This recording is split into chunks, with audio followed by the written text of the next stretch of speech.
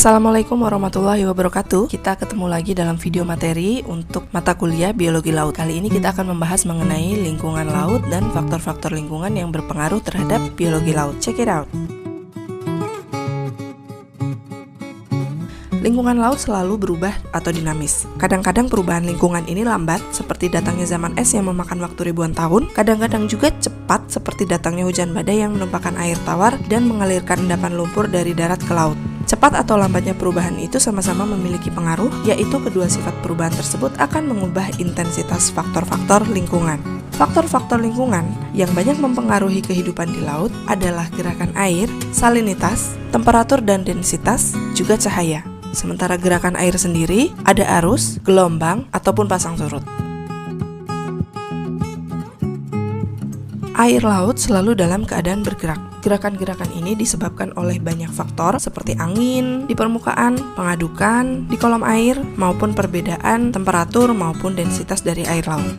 Gerakan air laut ini sangat penting bagi berbagai proses alam laut, baik itu biologis maupun non-biologis. Dan banyak sekali ragamnya seperti arus, gelombang, ada pasang surut, dan ada juga pemukaan massa air atau penaikan massa air yang disebut sebagai upwelling, dan penenggelaman massa air yang disebut sebagai downwelling, dan masih ada banyak lain ragam dari gerakan air laut. Kita akan membahas yang pertama dulu, yaitu arus. Arus secara definisi adalah pergerakan massa air dari satu tempat ke tempat yang lain. Di laut, arus bisa terjadi di dua tempat, yaitu arus permukaan, juga arus dalam, atau disebut sebagai internal waves. Faktor yang menyebabkan terjadinya arus bisa jadi karena adanya angin di permukaan atau adanya gelombang panjang di permukaan, dan ini menyebabkan yang disebut sebagai arus permukaan, dan bisa jadi juga karena perbedaan massa jenis air atau perbedaan tekanan atau temperatur massa atau kolom air. Ini yang bisa menyebabkan terjadinya arus dalam. Pergerakan arus sendiri membawa material-material atau sifat-sifat yang terdapat dalam badan air. Arus sangat berpengaruh terhadap distribusi biota laut, terutama bagi biota dengan kemampuan gerak yang lemah seperti plankton dan tumbuhan laut. Bagi biota dengan kemampuan gerak yang lebih kuat, arus berperan dalam penyediaan pakan, juga berperan dalam distribusi unsur fisik dan kimia penting bagi kehidupan biota. Faktor gerakan air berikutnya adalah gelombang. Gelombang laut selalu menimbulkan sebuah ayunan air yang bergerak tanpa henti. Faktor-faktor yang membentuk gelombang itu ada banyak. Ada angin yang bisa menimbulkan gelombang permukaan, dan selain angin, untuk gelombang permukaan ini juga bisa disebabkan karena gerakan kapal yang melintas di permukaan laut. Ada juga aktivitas seismik seperti gempa, letusan gunung yang bisa menyebabkan gelombang permukaan maupun gelombang dalam. Ada juga aktivitas kosmik, khususnya gaya gravitasi dari matahari dan bulan. Ini bisa menyebabkan yang disebut sebagai gelombang pasang surut. Gelombang pasang surut merupakan gelombang permukaan ya. Lalu ada juga dari geometri laut dan pantai. Ini termasuk topografi dasar laut. Karena kita sudah tahu bahwa laut memiliki arus atau bergerak, pergerakan ini juga terbentur oleh topografi laut atau geometri laut, maka dia juga bisa menimbulkan gelombang. Dan gelombang juga bisa terbentuk dari densitas atau stratifikasi kolom air. Densitas atau stratifikasi kolom air ini akan menimbulkan gelombang di dalam kolom air. Gelombang di laut mengakibatkan pergerakan massa air. Secara langsung maupun tidak, pergerakan massa air ini berpengaruh bagi dinamika kehidupan biota hampir sama sebagaimana pengaruh arus terhadap biota. Satu perbedaan yang mencolok dari pengaruh gelombang terhadap biota dibandingkan arus adalah di pantai, di mana gelombang yang jatuh di pantai menentukan jenis organisme yang mampu bertahan. Organisme-organisme dengan kemampuan melekat atau kemampuan menempel pada substrat banyak bertahan di pantai curam, di pantai berbatu, yang gelombangnya bisa pecah dengan energi yang kuat. Sementara organisme yang lebih lunak dengan kemampuan melekat yang lebih lemah akan lebih banyak berkumpul di daerah dengan energi gelombang yang lebih lemah pula.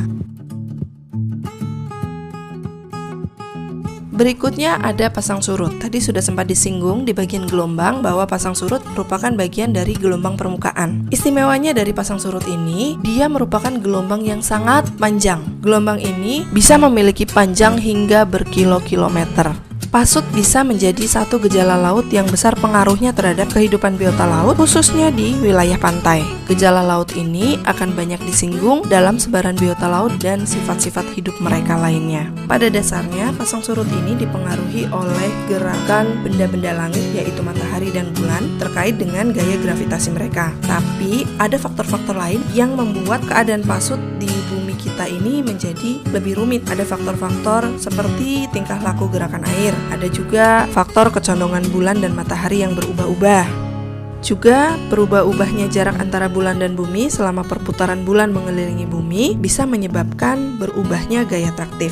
Berubah-ubahnya jarak antara matahari dan bumi selama bumi mengelilingi matahari sekali lagi juga menyebabkan berubahnya gaya traktif matahari. Lalu ada susunan dan letak antara daratan dan lautan yang mempengaruhi pola atau tipe pasut. Selain gaya tarik dari benda-benda langit, angin keras ternyata juga bisa mempengaruhi pasang surut. Angin yang keras yang menuju pantai biasanya dapat menimbun massa air ke pantai dan menambah tingginya paras air pada saat pasang atau rendahnya paras air pada saat surut. Lalu faktor lain yang mempengaruhi karakteristik pasang surut di permukaan bumi itu juga adanya perbedaan amplitudo. Amplitudo ini adalah perbedaan tinggi rendahnya paras laut pada saat pasang dan surut berikutnya. Nah, di setiap daerah yang berbeda-beda, amplitudonya juga berbeda-beda. Di pulau-pulau yang terletak di tengah laut, amplitudonya itu biasanya lebih kecil. Perbedaan paras laut antara pasang dan surut juga mengakibatkan terjadinya arus air yang dinamakan arus pasut. Arus pasut ini jika memasuki selat yang sempit akan menyebabkan penimbunan massa air sehingga menyebabkan paras laut lebih tinggi pada air pasang daripada biasanya. Pasang surut sendiri di laut kita di Indonesia ada 4 jenis, yaitu pasut semi-diurnal atau pasut harian ganda. Pasut harian ganda ini terdiri dari 2 kali pasang dan 2 kali surut dalam 24 jam. Ada juga pasut diurnal atau pasut harian tunggal, yaitu 1 kali pasang dan 1 kali surut dalam 24 jam. Ada juga tipe campuran keduanya dengan jenis ganda yang dominan. Ada juga tipe campuran dengan jenis tunggal yang dominan. Oke, itu tadi pemaparan mengenai faktor-faktor lingkungan yang berpengaruh di lautan dan kita baru membicarakan gerakan air. Sampai jumpa di pemaparan berikutnya masih di faktor lingkungan. See you then. Wassalamualaikum warahmatullahi wabarakatuh.